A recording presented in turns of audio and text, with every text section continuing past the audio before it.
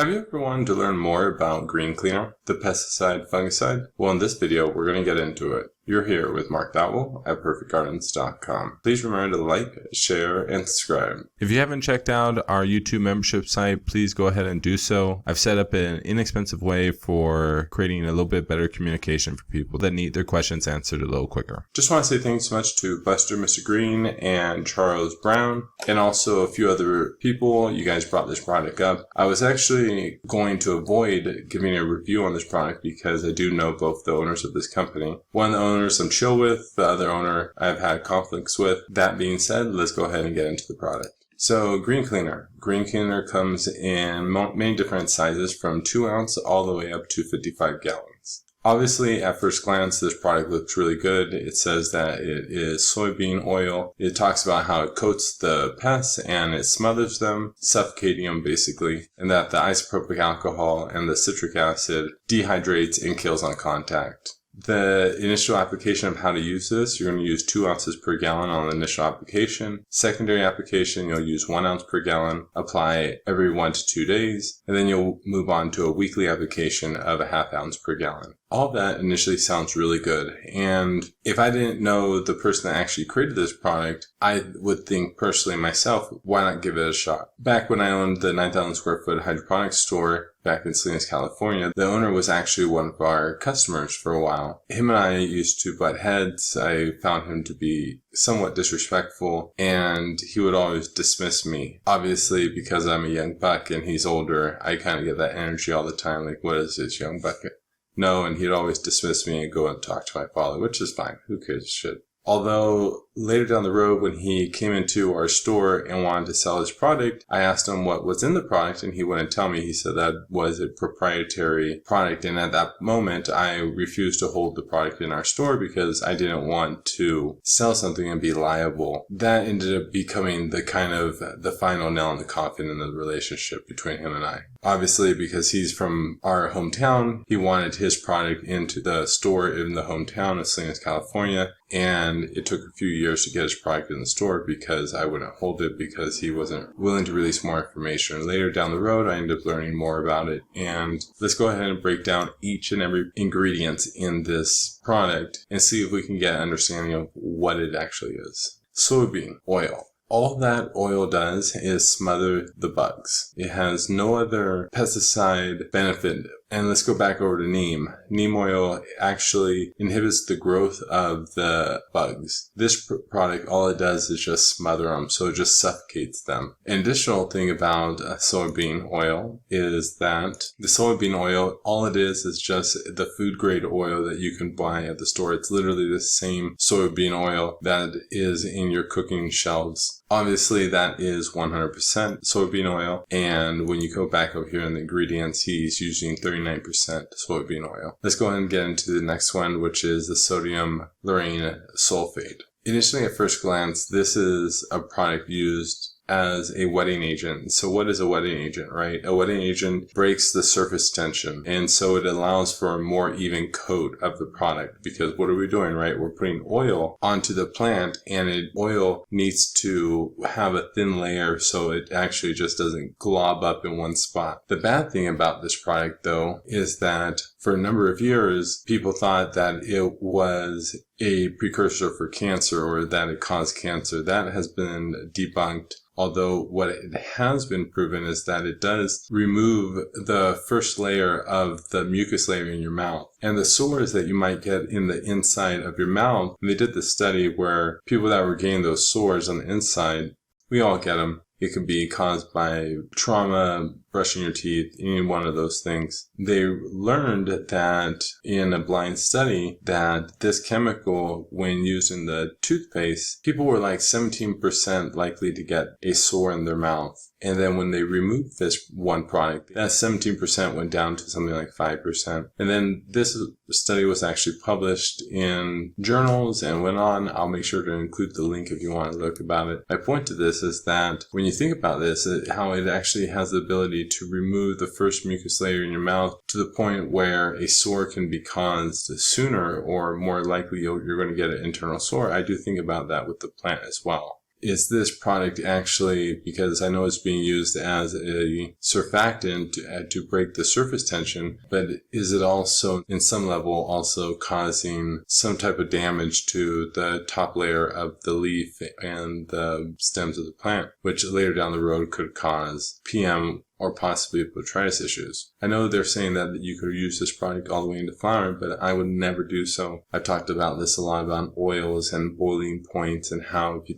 put another oil on the plant, that oil will actually fuse to the oils on the plant and it will become another product. And the only way to separate these oils is through boiling points and in distillation. So I would never use this product, probably max week and a half, 2 weeks into flowering. Although if you've been using it in veg and 2 weeks into flowering and you get off of it, my question is, will there be trauma to the plant where the plant's actually more likely to get PM or some type of fungal issue as you go later into flowering, because that defensive layer has been destroyed because of the sodium lauryl sulfate. Next thing I don't like is that they're using isopropyl alcohol versus ethanol alcohol. And I know why this guy's doing this. The person that created this product, I've been in his grow rooms 10 years ago. He was a tinkerer. He always wanted to do it himself. He thought that his method was better than anyone else's, and he wasn't really willing to hear someone out. I don't want to call him cheap, because I've met a lot of people that don't like to spend a lot of money, but they're incredibly creative people. And to be able to make a product that people want to buy and that does work, that takes creativity in itself. So I'm not knocking that down. I'm not knocking this person down whatsoever and on his creativity side. What I am kind of bringing up, though, is this product in line with your values? I always talk about that, right? Once you become aware of the chemicals that are being used, and yes, they have a surfactant property, but they also have this trauma side of it too that's not being discussed. And I know this guy, it was probably recommended, or probably knew that it could be used as surfactant, but he didn't do any research and didn't realize that there's controversy behind these chemicals as well. The isopropyl alcohol, I know this person, again,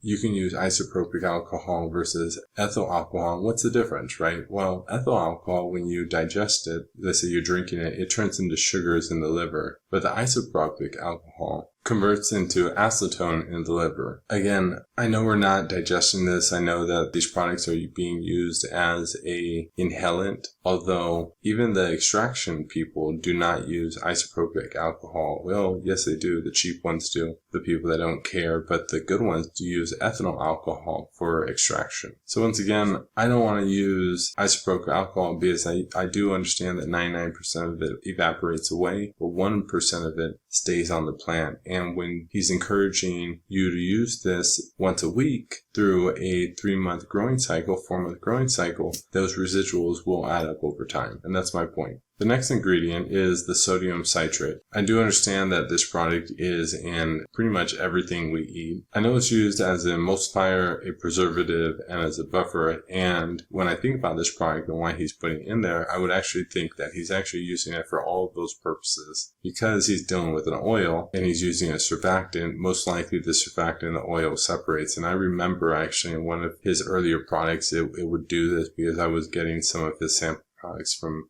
the original first 6 months to a year. So most likely he's using this to keep it even so that it's also not separating when it's just sitting on the shelf. I can see him using this as a pH buffer too, because the citric acid, which is the last thing we're going to talk about, is used as a fungicide and as a pesticide. So obviously he wants to keep a very stable pH. So if it's at 5.5, he wants to make sure that it's going to stay at 5.5. So obviously he's using this as a buffer. The preservative properties around this probably doesn't really matter to this brand. Like I said, the citric acid, he even talked about it. It dries out the soft body insects. Same with the isopropyl alcohol. My griefs are that he's using two chemicals that I probably wouldn't put in there, and he could very easily just swap it out. Most likely he's not swapping it out because the ethanol alcohol is more expensive than the isopropyl alcohol, and he's probably just trying to max out the ROI behind this product. So let's go ahead and break down actually the manufacturing cost of this product, because I'm just going to break it down to 55-gallon jug size. So all they're doing is soybean oil. It is nothing special. They're just probably using the food grade, same thing that you're buying on the shelf. You buy a 55-gallon drum of the soybean oil, it's going to cost you about $615. If you buy the surfactant, it's going to cost you about $405. 55 gallons of the isopropyl alcohol is going to cost you $865.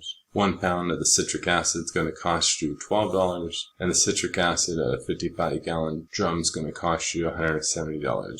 So all I did was pull up all these products, the size that I'm getting their pricing from, and then this is the percentage that each of these products make up the product green cleaner. And I know that they say that these 4 products right here make up 42%, but most likely the isopropyl alcohol is like 2%. Same with these other ones, and the water is probably 36%. That being said, it allows me to very quickly take this percentage, times it by this amount, and we're getting a total amount. When you add this totally up, a 55-gallon drum of manufacturing costs probably cost them roughly around $340, and they sell the 55-gallon drum for $7,142. If they broke it down, diming it out, just on the gallon size, each gallon it costs $229. If you times that by 55 gallons, that would be $12,595. Personally, I don't sell this product. You can't get it here at Perfect Gardens. I wouldn't make this product available at Perfect Gardens. I would stick to what I made the decision 10 years ago to not hold it at my store. I don't care that I don't like the person that made this product. This product's not in line with my values. I would never put isopropyl alcohol onto my plants, and I don't like to use oils past 2 weeks into flowering. And one of the other chemicals, the sodium lauryl sulfate, in my opinion, probably causes some type of surface damage to the plant that is being gone unnoticed, because we have short growing cycles to these plants, and very often when we buy a product to kill or solve one problem and it does that, rarely will we think that it is the issue that causes other problems later down the road. I hope you like this video. Please remember to like, share, and subscribe. Have a great day, everyone. Okay, so what is Smite? So Smite is comprised of rosemary oil, cottonseed oil, peppermint oil, and geranium oil. Rosemary, peppermint, and geranium are all repellents. Cottonseed oil works in suffocating the bugs.